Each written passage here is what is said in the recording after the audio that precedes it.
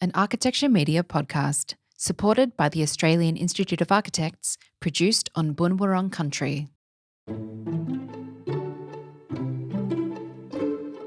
Welcome to Design Speaks Weekly, a podcast that explores the biggest stories in Australian architecture and design. I'm your host, Georgia Burks, and today I'm joined by Lynn Rees, Associate Principal at Jackson Clements Burrows Architects and one of the industry's leading voices in First Nations architecture. We'll talk about how her advocacy for Indigenising the profession has evolved beyond discussion and into practice. But first, here's the latest news headlines from Architecture AU. In the news this week, the New South Wales Government has released a finalised 25-year master plan for Sydney Olympic Park, which maps out 15,000 new homes across the 640-hectare precinct. Led by SJB and a team of collaborators, the 2050 vision includes 2,000 more homes than what was planned for in the 2024 draft. And in Melbourne, a 67-storey housing tower has been approved next door to the 1994 Melbourne Terrace Apartments by architect Nonda Katsoulidis and opposite the Queen Victoria Market and soon-to-be-built Garawa Place development.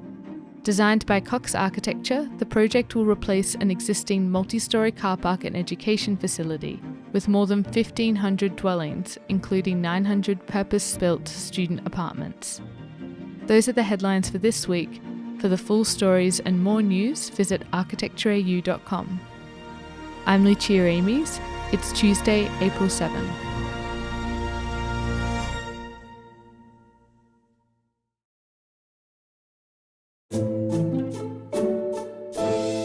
Lynn Rees is a Palawa woman descending from the Plangermaireener and Trawlwoolwaypeoples peoples of northeast Lutruwita, Tasmania.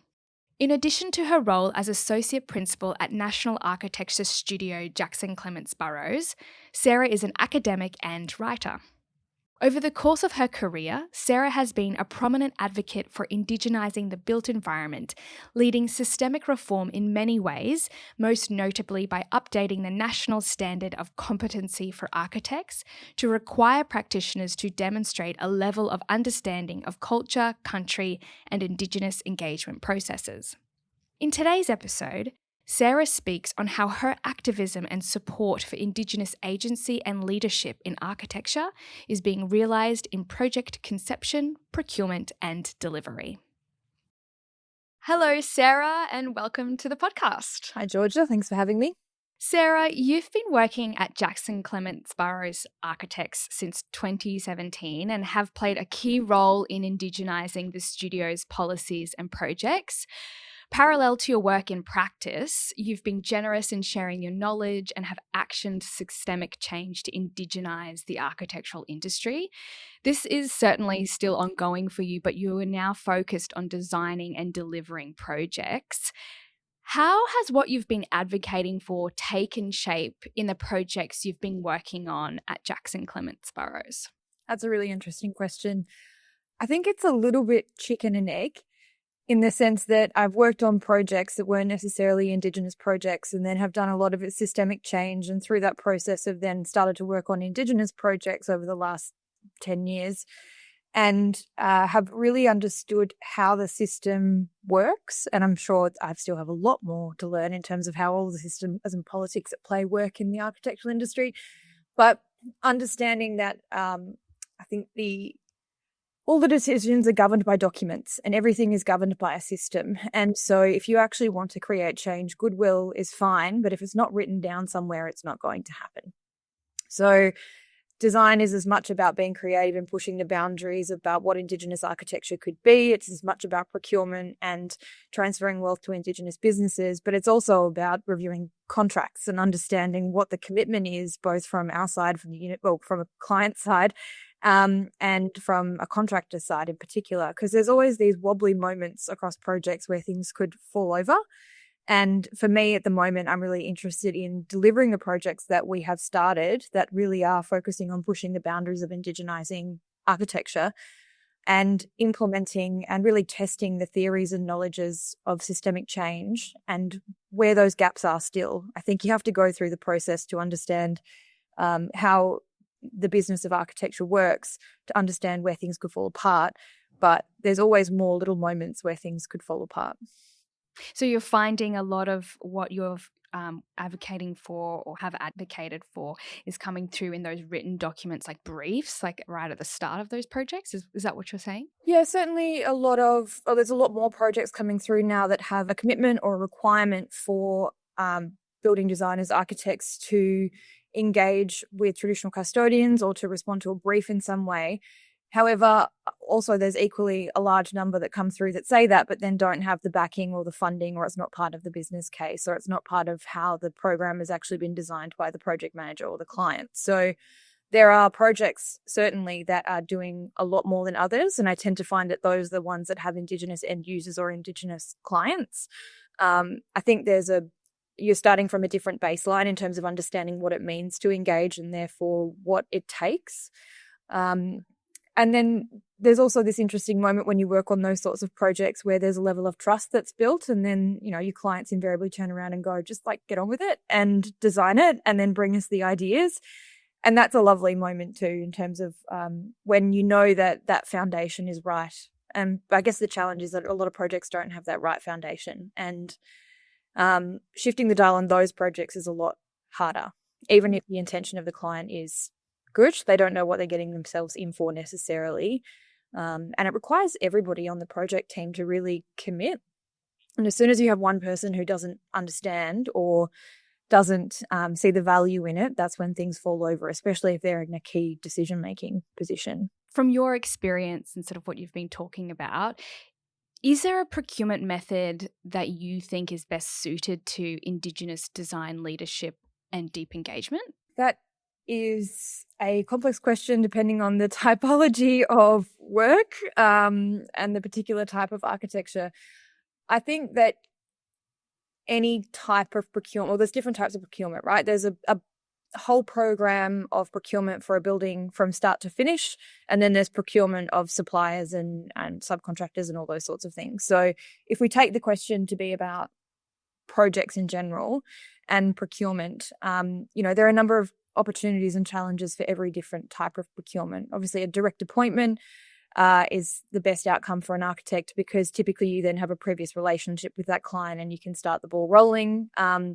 Being involved in the brief development is really important, because then you can actually start to tease out a lot of the problems and tension points right at the beginning, rather than being given a brief that hasn't necessarily considered all of those factors. I think design competitions are always a challenging one that everyone loves to talk about, but there are positive versions of those in the Indigenous space too, particularly the Western Sydney Uni Indigenous Centre of Excellence. That has by far done the absolute most in terms of Indigenous leadership, both from the client side, from the cultural design leadership side, from the ethics and processes of having sign-off from elders, all sorts of things that have been implemented by the university, by Ginjama. So those sorts of processes, I guess, demonstrate that it is possible, but it definitely takes commitment from and laying down the law essentially from the top that is what it is that you're seeking to achieve.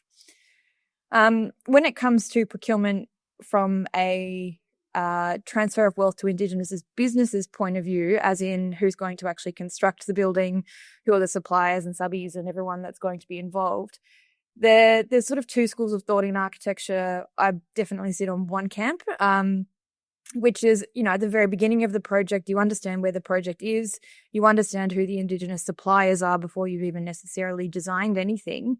You understand what opportunities there are in terms of material identity, colour, any sort of, unique opportunities for procurement that might not even exist as a business yet that could come from that particular project or could be generated from it.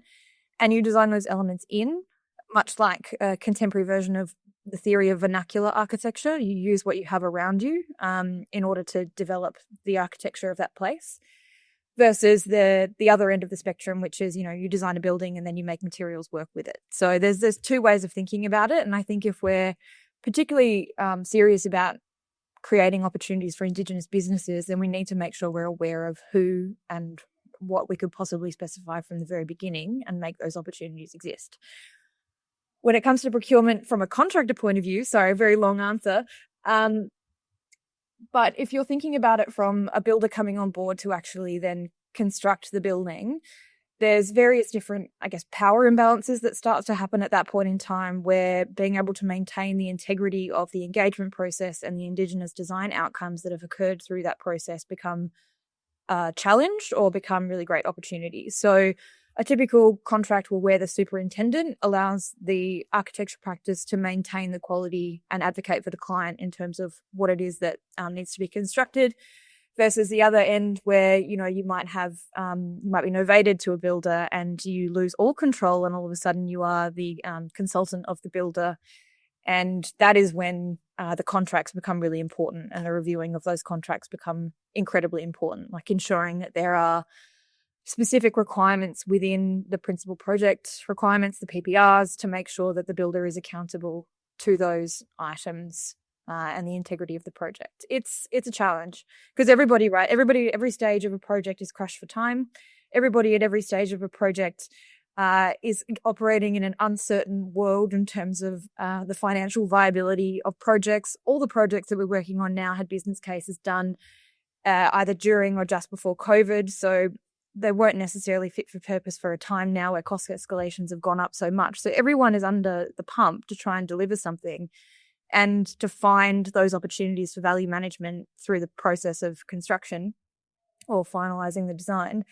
And it's a challenge to hold on to those particular elements, but you have to be able to articulate them. You have to be able to say X, Y, and Z is critical to the integrity of this project. We're flexible on these elements, but don't touch these ones.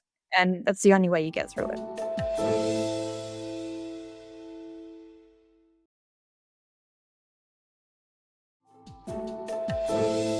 Contracts and commitment are key is what I'm hearing. Yes.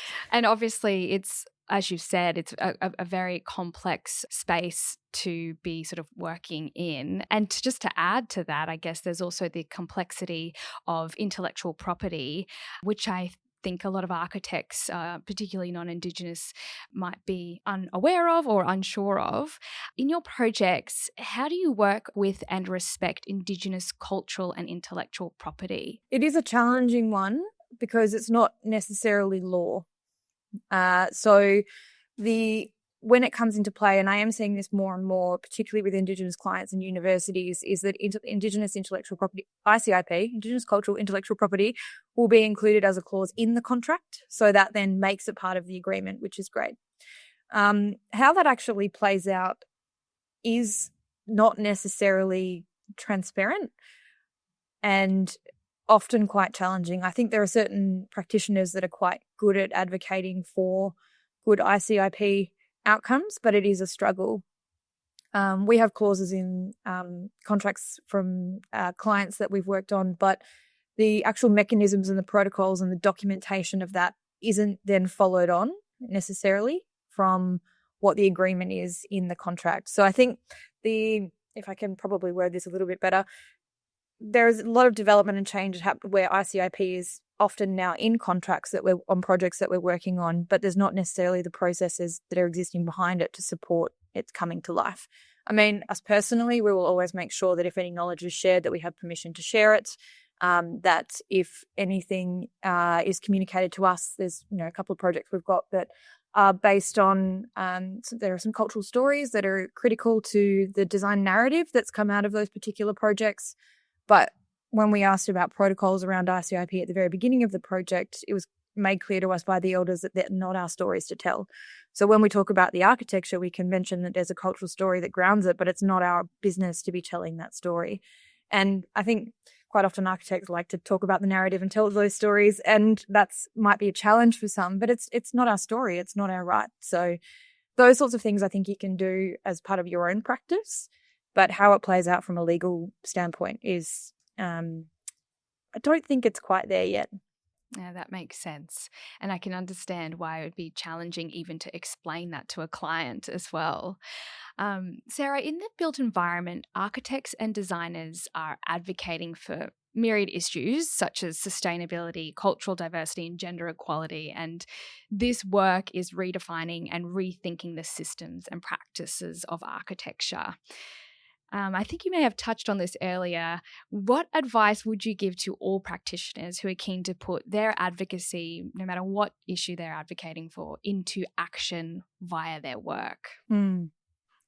Advice for practitioners. I mean, you have to walk the talk, right?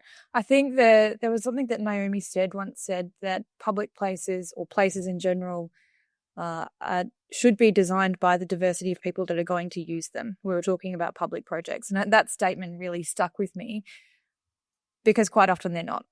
And, you know, these conversations have been going on for years and years and years. I think you just have to walk the talk. You have to demonstrate it. You have to advocate for the change, and then you have to talk about how it's actually manifested into an architecture, whether it's, you know, a social housing project that typically would only allow for one bathroom, but a second bathroom has been put in so that guests can use that bathroom, and there's a sense of dignity for anybody who might be using that space, or whether it's in the Indigenous space and, you know, you've figured out how to navigate the contract in order to protect those particular items, then you start to actually talk about what that means and how you've done it, and you share that knowledge with other practitioners, because it's not about any sort of commercial gain being able to do this. Like, every project really should be able to address these issues.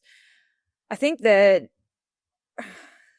it's interesting, right? Because we're existing in a time where people have very limited attention spans, and there's a tendency to be sensationalist in order to get attention and to advocate for the things that you care about.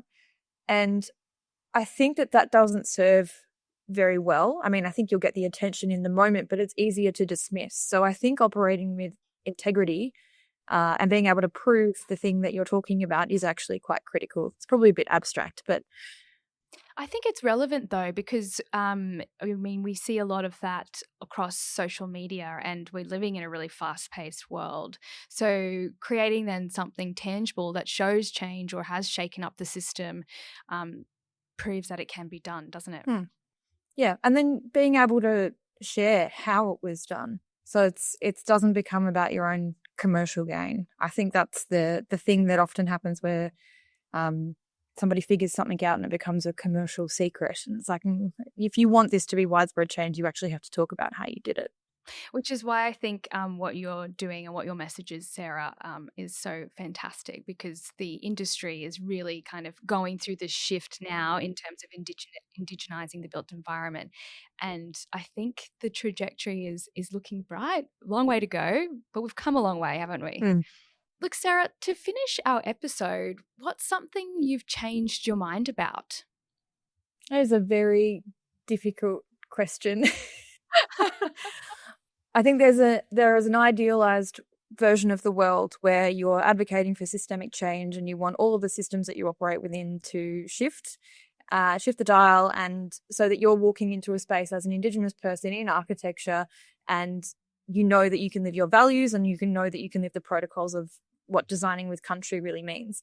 I think the thing that has challenged me over the years is working on typologies where those outcomes don't necessarily deserve the full extent of what designing with country actually is, and being challenged by, to what extent does a project, is a project enabled, or do traditional owners even want to engage on, and then how do you actually practice architecture still with the same set of ethics, even in an environment, say a multi-res development or whatever it might be, where it's not necessarily the goal or the outcome of that project. And I think at the moment I'm quite interested in leaning into those typologies in balance with the full-on Indigenous projects. So push the boundaries, but then also really take on those projects that are perhaps a little bit more challenging, or not necessarily the pathway that we've been advocating for, to see how you can shift the dial inside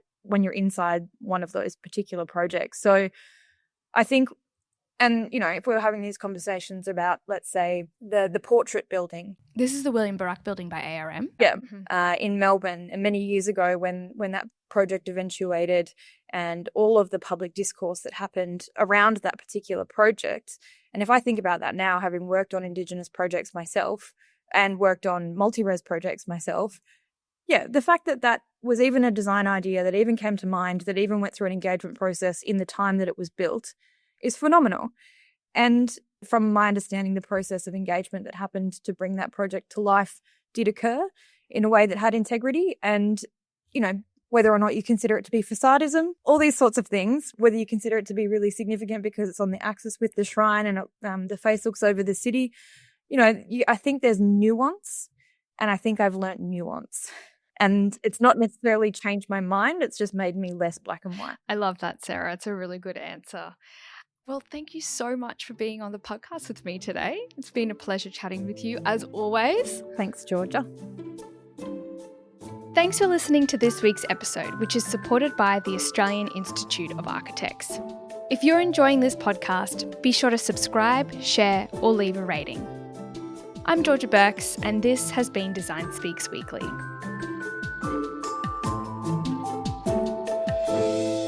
Design Speaks Weekly is produced on Boonwurrung country. We acknowledge the traditional custodians of country throughout Australia and recognise their continuing connection to land, waters and culture.